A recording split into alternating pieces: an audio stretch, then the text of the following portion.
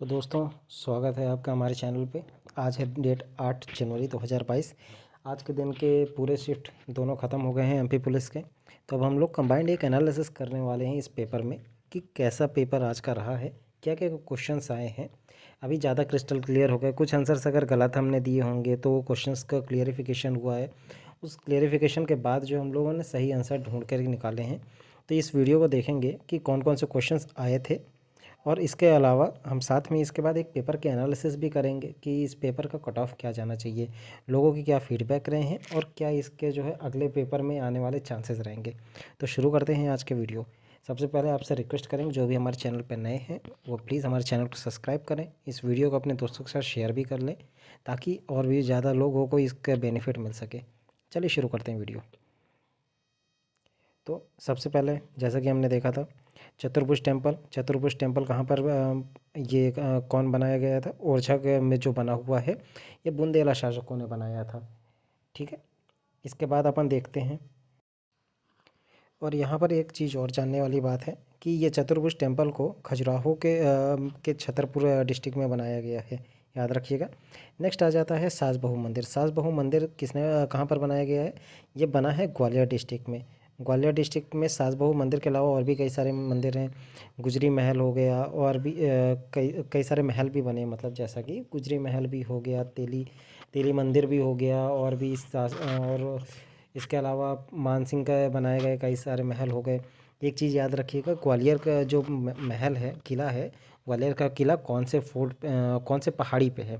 तो ये चीज़ याद रखिएगा, ग्वालियर का किला गोप पर्वत पे बना हुआ है। नेक्स्ट क्वेश्चन पे अपन आ जाते हैं। विदिशा कहाँ पर है? बेतवा नदी के किनारे पे बसा हुआ है। ठीक है, इसके अलावा बेतवा को पुराना नाम क्या रहा है? वेत्रवती को यहाँ पर जो है नदी कहाँ से निकलती है? कुमार गांव से। कुमार गांव रायसेन का ही एक गांव है। और बेतवा नदी पे एक बहुत ही महत्वपूर्ण परियोजना चलती है जिसका नाम है राजघाट परियोजना। राजघाट परियोजना के अलावा बेतवा के किनारे और कौन सा डिस्ट्रिक्ट है? ओरछा। ओरछा डिस्ट्रिक्ट बेतवा नदी के किनारे है। बहुत ही फेमस क्वेश्चन है एमपी के किसी भी एग्ज़ाम के लिए, उसको भी याद रखिएगा। नेक्स्ट आते हैं अपन भूकंप की तीव्रता की यहाँ पर बात करते हैं। भूकंप की तीव्रता किससे नापी जाती है? रेक्टर स्केल में। और भूकंप के ये रेक्टर स्केल में कितने नंबर तक, जो कितनी डिजिट्स रहती हैं? 8 डिजिट्स रहती हैं। 4 नंबर तक रेक्टर स्केल में सामान्यतः अपने इंडिया पे ये भूकंप आते रहते हैं, लेकिन जब 4 से ये 5 हो जाता है तब ये रेक्टर स्केल में जो है धीरे धीरे शो होने लगता है। 6 डिजिट की भूकंप तीव्रता एक बहुत ही हाई डेंसिटी मानी जाती है। और 8 डिजिट की तीव्रता में तो फिर अपन नेपाल वगैरह में देखिए कितनी त्रासदी आई है, वहाँ पर तो 9 पॉइंट समथिंग तक चला गया था, कोई दूसरी स्केल्स के अकॉर्डिंग बताया जाए तो ठीक है। खैर, नेक्स्ट वीडियो पे अपन नेक्स्ट क्वेश्चन पे बढ़ते हैं अपन। According to the history, Gwalior के किले को जो है किस राजा ने बनवाया था? ग्वालियर के किले को राजा सूरत सेन ने बनाया था, और ये 509 ईस्वी के आसपास में बना था। ठीक है, आगे बढ़ते हैं अपन लोग यहाँ पर। नेक्स्ट आ जाते हैं, रिजर्व बैंक ऑफ इंडिया कब बना था? रिजर्व बैंक ऑफ इंडिया की स्थापना 1935 में हुई थी, लेकिन इसकी स्थापना 1935 से पहले 1934 का एक्ट के कारण हुई थी। 1934 एक्ट से ही 1 अप्रैल 1935 में रिजर्व बैंक ऑफ इंडिया की स्थापना हुई थी। रिजर्व बैंक ऑफ इंडिया का हेडक्वार्टर है मुंबई में। इसके अध्यक्ष हैं वर्तमान में शक्तिकांत दास। और जब ये इसकी स्थापना हुई थी उस समय रिजर्व बैंक ऑफ इंडिया का हेडक्वार्टर कहाँ था? उस समय कोलकाता में था। और रिजर्व बैंक ऑफ इंडिया के अगर पहले अध्यक्ष को पूछा जाए कि कौन है, तो ऑसबॉर्न स्मिथ थे। और अगर पहले भारतीय अध्यक्ष अगर पूछा जाए कौन थे, तो वो थे सी डी देशमुख। 1943 से लेकर के 1949 तक इनका कार्यकाल रहा है रिजर्व बैंक ऑफ इंडिया में। आज़ादी के बाद कुछ समय तक reserve bank of India Pakistan के लिए भी वर्क करती रही, वहाँ की भी केंद्रीय बैंक बनी थी, क्योंकि वहाँ उस समय से नए नए आज़ाद कराए थे, उसको अलग से दिया था। फिर उसके बाद उसके पास कुछ था नहीं कैसे आगे बढ़ना है, तो अपने इंडिया का आरबीआई जो है उसको हेल्प करता रहा। आगे बढ़ते हैं, मानव अधिकार दिवस की बात करते हैं। मानव अधिकार दिवस कब मनाया जाता है? 10 दिसंबर को मनाया जाता है। इस बार इसकी थीम क्या थी? इस बार इसकी थीम थी equality, reducing inequality in the society, इस टाइप से कुछ था। और ह्यूमन राइट्स के अभी के अध्यक्ष कौन है? अरुण कुमार मिश्रा। मध्य प्रदेश में अगर मानव अधिकार के अध्यक्ष की बात किया जाए कौन है, तो यहाँ पर वीरेंद्र मोहन कंवरकर, ये इनके मध्य प्रदेश में राज्य मानव अधिकार आयोग के अध्यक्ष हैं। नेशनल ह्यूमन राइट्स कमीशन में अध्यक्ष प्लस सदस्य कितने होते हैं? अध्यक्ष प्लस सदस्य 9 टोटल होते हैं, ठीक है, याद रखिएगा। ये एक इम्पॉर्टेंट क्वेश्चन बन सकता है आपके एग्ज़ाम के लिए। नेक्स्ट अपन आते हैं हाईएस्ट पीक ऑफ विंध्याचल पर्वत, इसको कहते हैं, ये गुडविल पीक इसको कहा जाता है। इसका दूसरा नाम भी है एक, या सद्भावना शिखर। इसकी अगर लेंथ की बात करेंगे तो इसकी लेंथ होती है 752 मीटर। ये दमोह डिस्ट्रिक्ट में होता है। क्षेत्रीय लोग इसके और भी नाम से पुकारते हैं, कलमूर या फिर कुलुम्बे पर्वत, कुलुम्बे चोटी, इस नाम से भी ये जाना जाता है। पन्ना चोटी भी इसको कहा जाता है। कभी अगर क्वेश्चन आए तो याद रखिएगा। अपना ये पुलिस का जो एग्ज़ाम है इसमें तो खैर इस टाइप से बहुत सारे क्वेश्चन आने के चांसेस रहेंगे ही। नेक्स्ट अपन आ जाते हैं, इंडियन आर्मी के चीफ कौन है? MM नरवणे, याद रखिएगा। और इसके अलावा नेवी के चीफ कौन से? Admiral R Hari Kumar. Air chief marshal कौन है? VR चौधरी। नेक्स्ट क्वेश्चन आते हैं अपन, अगर ये मान लीजिए कि 1 जून 2006 को ट्यूसडे था, तो उस पर्टिकुलर हफ्ते में, महीने में कितने संडे पड़ेंगे? तो पड़ेंगे ये 4 संडे। नेक्स्ट अपन आ जाते हैं, ये नेशनल इन्वेलप में सत्यमेव जयते वर्ड कहाँ से लिया गया? नेशनल इन्वेलप पे कौन से जो है वर्ड अंकित किए गए हैं? ये अंकित किया गया है यहाँ पर सत्यमेव जयते। सत्यमेव जयते कहाँ से उठाया गया है? मुंडको उपनिषद से। इसका सबसे पहले जिक्र यहाँ पर जो है किसने किया था, इसको हाईलाइट मदन मोहन मालवीय जी ने किया था, याद रखिएगा। और मदन मोहन मालवीय जी ने ही BHU की स्थापना में महत्वपूर्ण योगदान निभाया था। और मदन मोहन मालवीय को भी मरणोपरांत अभी कुछ समय पहले ही भारत रत्न मिला था अटल बिहारी वाजपेयी जी के साथ। और चलिए फ़िलहाल इस पे इतना ही, आगे फिर बाद में और कुछ भी निकलेगा तो बताते हैं अपन। नेक्स्ट आ जाते हैं, ये एक मैथ्स का क्वेश्चन। 2 का क्यूब हो जाता है 8, 3 का क्यूब हो जाता है 27, 4 का क्यूब हो जाता है 64। यही इस क्वेश्चन का आंसर है। Dibang wild life sanctuary, Dibang wild life sanctuary कहाँ पर है? ये है आपका अरुणाचल प्रदेश में, याद रखिएगा। अरुणाचल प्रदेश में दिहांग दिबांग नदियाँ भी निकलती हैं, उसी नदी के नाम पे ही दिबांग वाइल्ड लाइफ सेंचुरी आ जाती है। और यही दिबांग नदी, दिहांग नदी आपका ब्रह्मपुत्र में जा कर के मिल जाती है। ये तिब्बत के साइड से होकर के आती है इंडिया पे। नेक्स्ट अपन आते हैं नेशनल पार्क, जो कि ऐसा कौन सा नेशनल पार्क है जो कि 1983 में ये टाइगर रिजर्व के लिए इसको घोषित किया गया था। ये है पेंच नेशनल पार्क। रुडयार्ड किपलिंग के द्वारा वो द जंगल बुक वाली कहानी इसी पेंच नेशनल पार्क से ही प्रेरित हुई थी, द जंगल बुक का। और इसके अलावा अगर कभी क्वेश्चन आ जाए कि प्रोजेक्ट टाइगर कब से शुरू हुआ, 1973 से शुरू हुआ था इंडिया में प्रोजेक्ट टाइगर। इसके अलावा मध्य प्रदेश में प्रोजेक्ट टाइगर के तहत जो है पहला कौन सा नेशनल पार्क को घोषित किया गया था? ये था कान्हा किसली नेशनल पार्क। 1974 पे इसको प्रोजेक्ट टाइगर के अंडर पे लाया गया था, याद रखिएगा ये चीज़। और नेक्स्ट अपन आ जाते हैं मैथमेटिक्स के एक और क्वेश्चन पे। 20% क्वान्टिटी ऑफ 400, तो यहाँ पर 20 × 400 कीजिए सिंपल, और अपॉन 100 कर दीजिए। इसके अलावा इसको जो है सॉल्व करेंगे अपन, अपना आंसर आ जाएगा फिर यहाँ पर। और उस थोड़ा सा मैंने उल्टा कर दिया यहाँ पर, आप इसमें देख लीजिएगा। नेक्स्ट अपन आ जाते हैं,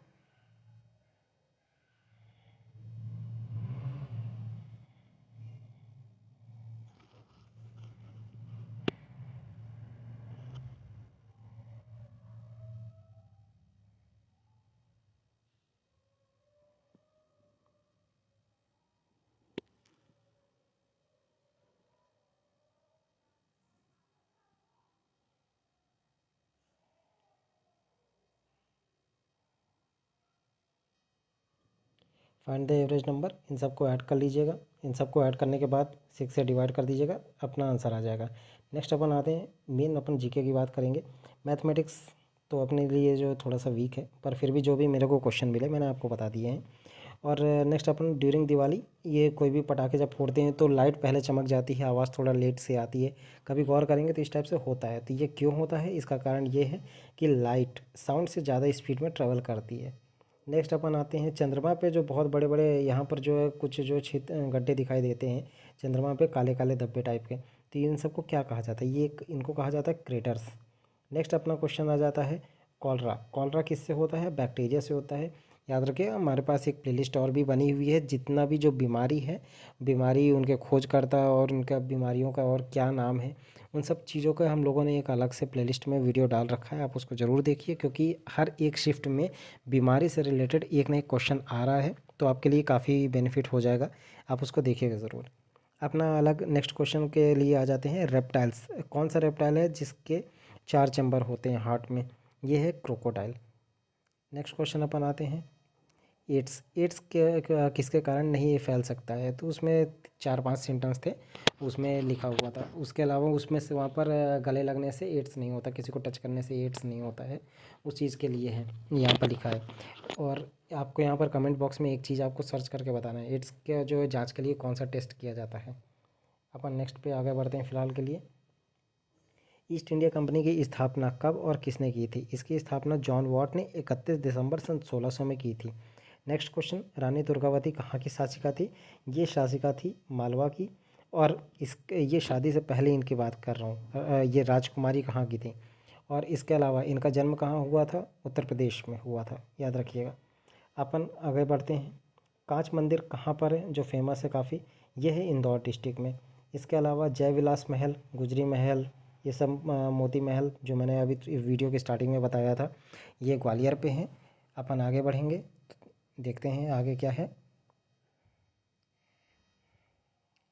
मध्य प्रदेश को किस ईयर में यहाँ पर मलखम्ब को अपना राजकीय खेल घोषित किया गया था मध्य प्रदेश में? तो ये घोषित किया गया था सन 2013 में।